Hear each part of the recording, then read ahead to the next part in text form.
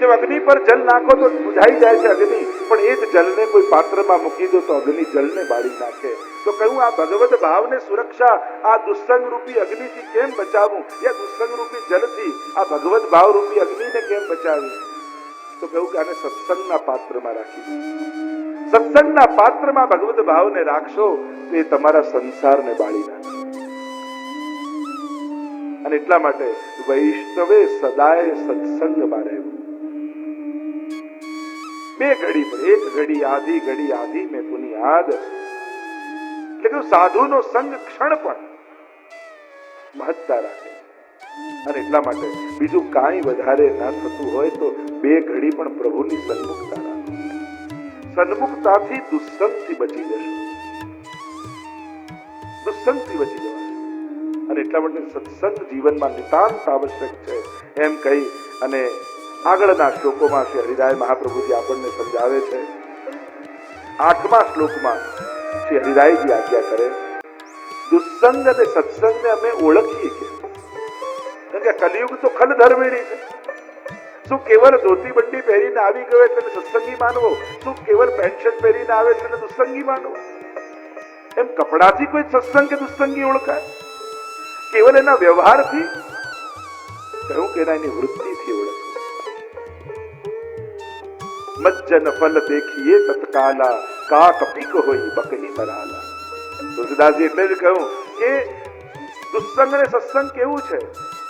મજ્જન સત્સંગ કરવા મજ્જન ફલ દેખીએ તત્કાલા. સત્સંગનું ફળ શું?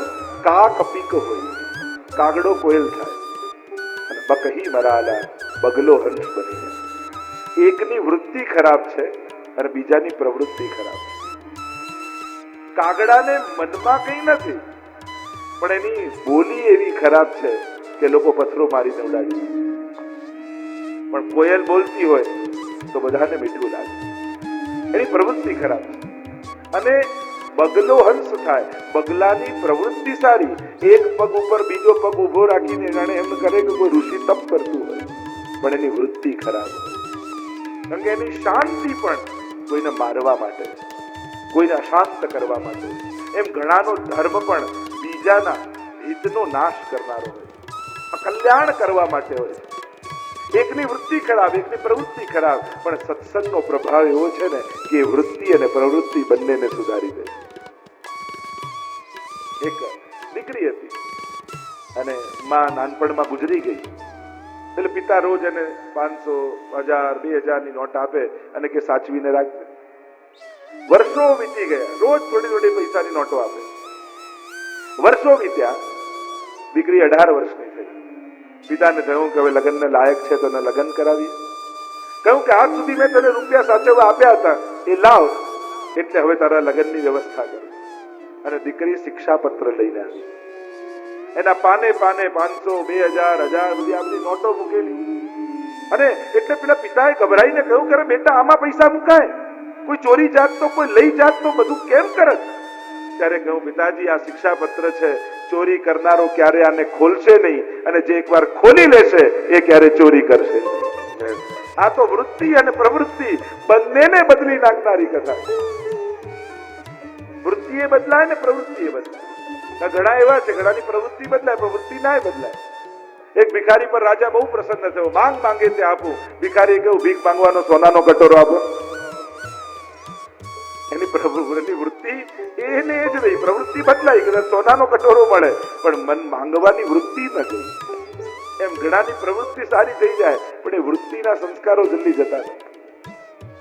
અહીંયા દુસ્સંગ બતાવે છે હરિરાય. દુસ્સંગ માનવો કોને? બહુ ખરાબ વ્યક્તિ એ જ દુસ્સંગ કે ના? ઘણા વિચારો દ્વારા જે મન બદલી નાખે છે ને એ મોટા દુસ્સંગીઓ છે.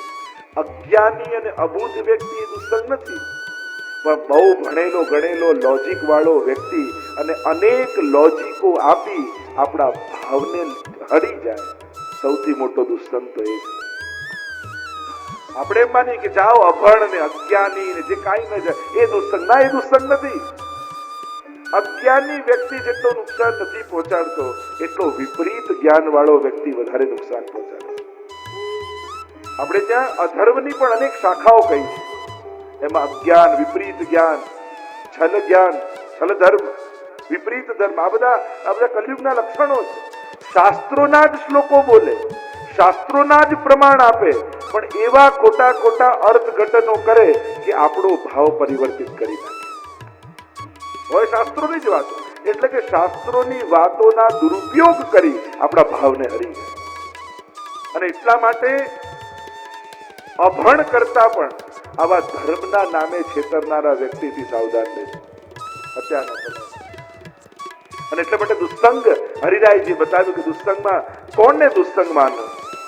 યો વદંત્ય અન્યથા વાક્યમ. સૌથી પહેલે જે અન્ય સંબંધ વાળા લોકોનો સંગ કરે એ દુસ્સંગ. એટલે કે જેનો સંગ ખરાબ હોય ને એનો સંગ આપણે નહીં કરવો. એ લોકો કે હું ક્યાં કરું છું, હું ખાલી બેઠો હોઉં છું સાથે, હું તો ખાલી સાથે વાતો કરતો હોઉં છું, હું ક્યાં ખાનારો, હું ક્યાં પીનારો. બધાની શરૂઆત આનાથી જ થાય. એવા વ્યક્તિઓ જોડે બેઠા, કારણ કે આવા દુરાચરણ વાળા વ્યક્તિઓ જોડે બેસશું ને તો પાપ માટેની ગ્લાની મનમાંથી જતી રહેશે. ન ખાવાની વસ્તુ, ન પીવાની વસ્તુ, એવા વાળા વ્યક્તિઓ સાથે બેસશો ને તો થોડા ટાઈમમાં તમને એ વસ્તુઓ માટેની ગ્લાની જતી રહેશે. એમ કે ભલે ને આપણે તો બેઠા જ છીએ ને, એમ કરતા ક્યારેક એ વસ્તુમાં તમને આકર્ષણ પેદા થઈ જાય. અને એટલા માટે સાવધાન રહેવું. આપણે વૈષ્ણવ છીએ, વૈષ્ણવના મુખમાં શું જાય અને શું ના જાય આટલોય વિવેક ન શીખ્યા હોઈએ તો આપણે આપણી જાતને વૈષ્ણવ કેમ કહી શકીએ? વિચાર તો કરો. ચલો ધરીને નથી લેતા, પણ કમથી કમ એવું તો નહીં જ લેવું જે એક વૈષ્ણવથી ન લેવાય. એટલી તો સાવધાની રાખી.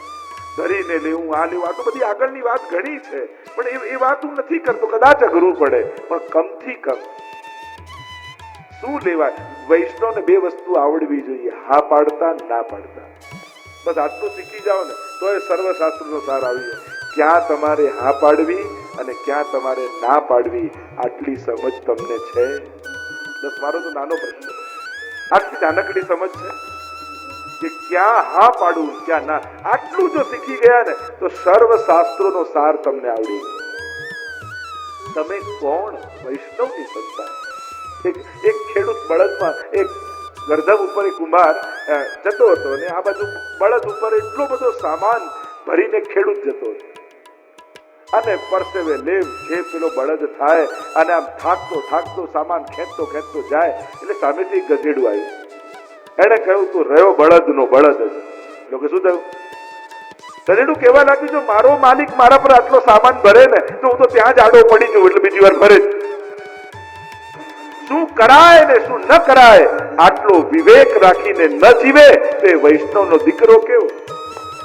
આપણે આપણી જાતને વૈષ્ણવની સંતાન લઈને ગૌરવ કરીને ફરીએ છીએ, પણ આટલો વિવેક નહીં આપણી અંદર.